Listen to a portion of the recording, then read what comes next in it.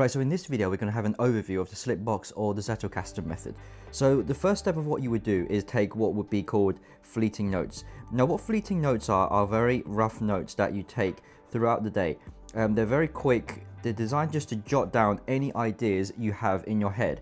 And the idea of fleeting notes is that they are temporary, so they're not meant to be stored long term. You just jot them down and it doesn't really even have to particularly make sense, and you would go about your day. So basically, yep, they're very rough, and the way you would enter them is either through your notes app, so as an example like the Apple Notes app, or you just jot it in your notebook. Though the priority here is not writing it well or anything like this, it's literally just getting the idea as quickly as possible. So that would be your fleeting notes. And once you have taken your fleeting notes, then you would move on to step 2. So ideally at the end of the day, you would look through your fleeting notes and then you would process them and then turn them into literature notes. Literature notes are more well thought out than the fleeting notes, and then designed to be stored permanently. So this whole method of the slip box Zettelkasten method was invented in the 1960s by Professor Luhmann, and how he did it was he would have a card with each one of his literature notes. So it would be a literature note here, and then each card would have one single point on it, and on one side, and then on the other side he would have all of the bibliographic data. So then that would be the author's name, the page, all of that kind of info. And the idea of the literature notes is basically you take your temporary notes and you elaborate on them. So by elaborate, what I mean is you would take the notes and then write them in your own words to process them so you can understand them, so that you really remember them for the long term. And once you've done this, that would go into your first box. So this would be your box 1. So box 1. So this would be what he would call his, Professor Luhmann would be called his reference box. Now up until this process is very similar to what I've been running for my whole life. So I would read a book and then I would take detailed notes of it. I wouldn't really store it in the box, I would store it in my Notion, but up until here is very similar to what I've done because yeah, I've always known to elaborate in your own words for long-term memory. Now here's really where the genius of the slip box method comes in. So instead of just leaving it here, there's actually another step. So what is in your reference box potentially can go in to your slip box, which is another step. Now, what the difference between the slip box and the reference box? Whereas the reference box is just a collection of all of the ideas you've read. With the slip box, it's really concentrated on forming connections between notes. So we're very much more selective in terms of what goes in the slip box, whereas pretty much anything useful can go in the reference box. The slip box has a very particular purpose. So let's just say you've been reading a psychology book and you come across a point that human behavior is heavily driven by our emotions. So if we just put behavior are driven by emotions, right? So what you would do, instead of just putting that into the slip box, you would have to go inside your slip box and look at other notes that are related to it, that it may connect to. So as an example, after you've read this note, you go into your slip box and you see two different notes. So you see one note that you've already taken that was existing in your slip box is that the brain contradicts itself. Brain contradict.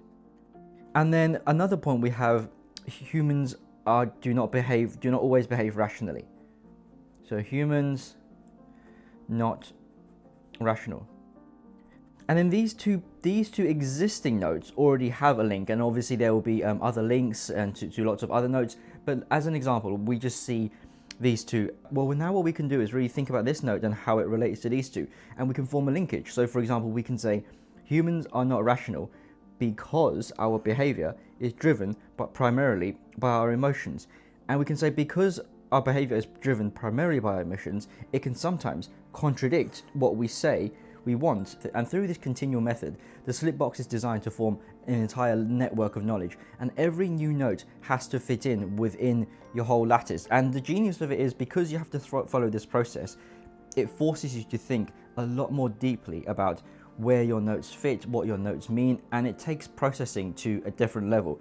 And then once we have this and it goes into the slip box, this is what we would call the permanent notes. So then the idea of how these permanent notes in the slip box actually works is kind of similar to the literature notes in that they were written on card, and then you would have one single idea per card. We keep it very succinct and it has to be in full sentences so you actually understand when you come back months and months later and you don't remember necessarily the exact context. And what Professor Luhmann would do is he would put a number in the corner, and the number actually has a very specific purpose in that it links all the different notes. So as an example, let's just say we have our behavior is driven primarily by our emotions. That number is 22A7. Because we formed actually these links, we would want a number designation that is very closely related to this one. So this one might be 22A6, 22A8. And now if we did this whole process again and we read a completely different book on a different topic and it wasn't related to these ones, we would name it completely different. So it would be 23, or if that was not available, 24. So that's how he would do it. So then he would create an entire branch of connecting notes through this numbering system. And that's really the philosophy of this system. So basically the key thing with this system and what goes into it is we don't actually collect notes. We don't collect notes, we focus on forming connections. Because the idea is a bunch of connected notes that's not within any context doesn't really mean much for us. So every note that goes into the slip box is designed to help us develop existing ideas, existing thought patterns, and how we can take things to a different level, and where it forms an interconnecting network. So instead of just collecting a bunch of notes, it actually compounds our thinking. And here is really the most mind-blowing part of the whole system, is that there are actually 0 categories. Whereas before, I would put things into, whatever categories they are. So for example, philosophy or economics and stuff like this. And when I first came across this, I thought, surely this doesn't really make any sense, because if you have 100 or even 1,000 notes, how would you find anything? And this is really the point of it, because with this system where you organically form these connections, instead of going from a top down and specifying where these notes, what narrow categories these notes should be in and confining them, you let your notes come from the bottom up. So what that means is they form their own natural clusters and connections, and it might take the conversation to a place where you didn't even expect in the first place, and then that's how surprising connections form. Whereas in a traditional system where you're confining things, it's much more difficult to form connections that between subjects that you didn't really see. And this is what it's meant to bring out. So everything that goes into the system, you have to ask it certain questions. So for example, you want to know, what does it actually add? We have to think like, does it support any existing ideas?